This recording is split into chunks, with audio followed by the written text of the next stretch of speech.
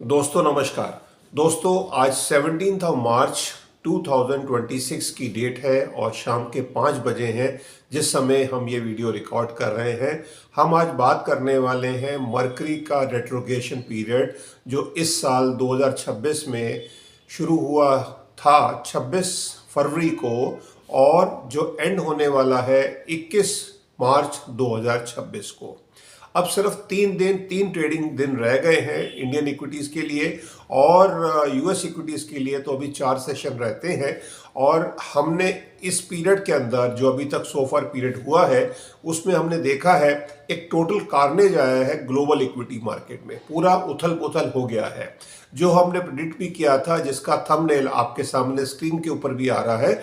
जो final warning करके हमने एक एपिसोड दिया था 23 फरवरी को हमने ये एपिसोड रिलीज किया था, जिसमें हमने एक फाइनल वार्निंग दी थी कि मार्केट के अंदर एक अर्थक्वेक सा आएगा। और वो अर्थक्वेक आपने आते हुए बिल्कुल देखा है। जिस तरह से मार्केट्स के अंदर एक भूचाल आया है। अगर हम बात करते हैं इंडियन इक्विटीज में, सेंसेक्स में 8,629 पॉइंट का कट आया है इस पीरियड में सोफार आज तक, जिसको अगर परसेंटेज टर्म्स में बात करते हैं 7.65% है। निफ्टी में 2615 पॉइंट लॉस हुए हैं और 7.46% का कट रहा है। बैंक निफ्टी के अंदर 8022 पॉइंट्स का लॉस है इस पीरियड में और 10% का कट रहा है अभी तक सोफार 26 फरवरी से लेकर आज 17 तारीख तक, जिसमें 2 दिन की एक अपसाइड भी आई है। उसको अगर हम प्रॉफिट बुकिंग बोल सकते हैं जो भी, बट ये 2 दिन की अपसाइड भी आई है, बट फिर भी ये मार्केट में एक कट है अभी तक का। डॉ जोन्स की बात करते हैं, अभी 3 सेशन रहते हैं बट उसमें भी 3321 पॉइंट का कट आया है, 5.12% का डाउनफॉल रहा है। नेस्डेक के अंदर 2.66% का डाउनफॉल है, 1000 पॉइंट्स कट हुए हैं इस पीरियड में अभी तक। S&P 500 3.55% का कट रहा है और 324 पॉइंट्स लॉस हुए हैं अब इस पीरियड में। इवन एक छोटा सा कंट्री पाकिस्तान, उसका भी इंडाइसेस लॉस में गया है। 8.85% का लॉस है कराची स्टॉक एक्सचेंज में और 25,260 पॉइंट का लॉस रहा है। सो ओवरऑल सारी मार्केट में, फाइनेंशियल मार्केट में अगर हम कैक डेक्स देखते हैं, फुटसी देखते हैं हर जगह, या कोरिया का एक्सचेंज देखते हैं, कोस्पी देखते हैं, निकाई देखते हैं, हर जगह लॉसेज हैं। मार्केट डाउन रही है बट कुछ सेगमेंट ऐसे भी रहे हैं जहां पर अपसाइड रही है। अगर हम उस सेगमेंट की बात करते हैं तो सबसे बड़ा विनर रहा है इस पीरियड के अंदर क्रूड ऑयल। क्रूड ऑयल के अंदर हमने मार्च 2020 के बाद 45% का एक जंप देखा है इस महीने में। अभी तक सोफार इस पीरियड के अंदर 45.49% का अपसाइड आया है क्रूड ऑयल के प्राइसेस में। मार्च 2020 के अंदर 47% का डाउनफॉल रहा था और उस रिकॉर्ड को बराबर किया है अपसाइड में। 45% के साथ अपसाइड है और अभी भी ट्रेडिंग चल रही है, 3-4 ट्रेडिंग सेशन रहते हैं, तो होपफुली ये 50% की अपसाइड आ जाएगी इस पीरियड के अंदर, जो हमारी अजम्पशंस हैं मरकरी के रेट्रोगेट पीरियड में। बिटकॉइन जो 5 महीने से डाउन साइड दे रहा था, अक्टूबर से 5 महीने से बिल्कुल डाउन फिगर थी, रेड फिगर थी, इस महीने में उसमें इस पीरियड में 8.37% की अपसाइड आई है और होपफुली ये महीना बिटकॉइन के लिए पॉजिटिव क्लोज होगा, मार्च का महीना, after 5 months of decline, regular decline. So ये सब है। वेयर एज गोल्ड के अंदर जो all time high 5,605 US dollar का लगा था, उसमें मार्च के महीने में हमें 4.58% का कट सोफर मिल चुका है। ये टिल डेट नेगेटिव है और पिछले 2 सालों के अंदर इतना बुरा महीना गोल्ड के लिए कभी भी नहीं रहा है। सिल्वर की बात करते हैं तो सिल्वर $121 का इसमें ऑल टाइम हाई है और मार्च के महीने में 14% की डाउनसाइड हो चुकी है। ये पिछले 2 से 4 साल के अंदर नेगेटिव 14% कट कभी भी नहीं रहा है सिल्वर में एक महीने में। तो आप इसको हल्के में मत लीजिए। जो अभी भी 3 दिन रहते हैं इसके अंदर काफ़ी बड़ी डाउनसाइड हमें फिर आते हुए दिखती है। अब ये मरकरी का रेट्रो पीरियड 21 तारीख को खत्म होगा, बट उसके बाद भी एक वार्निंग है जो हम आज के एपिसोड में बात करने वाले हैं। तो आप बने रहें हमारे साथ और जानिए 21 तारीख के बाद क्या क्या हो सकता है, जब जब क्यों कि मरकरी अभी भी एक्वेरियस साइन में ही है, राहु के और मंगल के साथ ही है। तो बने रहें हमारे साथ आज के एपिसोड में।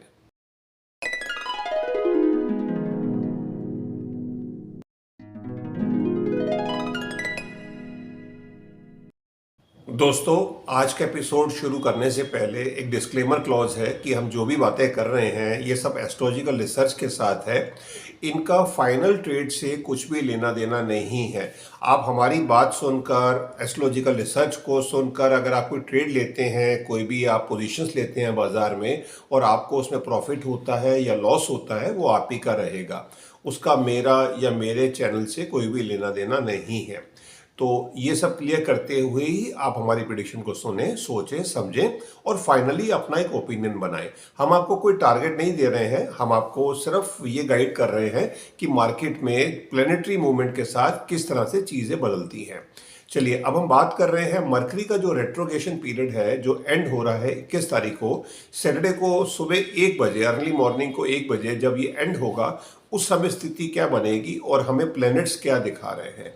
जो वो समय होगा, उस समय के ऊपर डिग्री होगी मरकरी की 14 डिग्री, राहु की डिग्री भी 14 डिग्री होगी और दोनों शतभिषा नक्षत्र में ही होंगे, राहु के नक्षत्र में होंगे और शतभिषा नक्षत्र के चरण 3 में रहेंगे।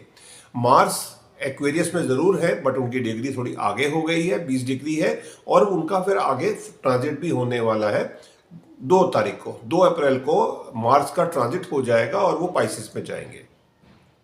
बट अभी के लिए जो ये स्थिति है वो एज इट इज है। और पाइसेस साइन में एक साथ में अगली राशि है, पाइसेस में सन है 6 डिग्री के ऊपर। उसी दिन के लिए हम बात कर रहे हैं 21 तारीख को। सन 6 डिग्री के ऊपर है, नेपच्यून 7 डिग्री के ऊपर है, सैटर्न 9 डिग्री के ऊपर है और वीनस 23 डिग्री के ऊपर है।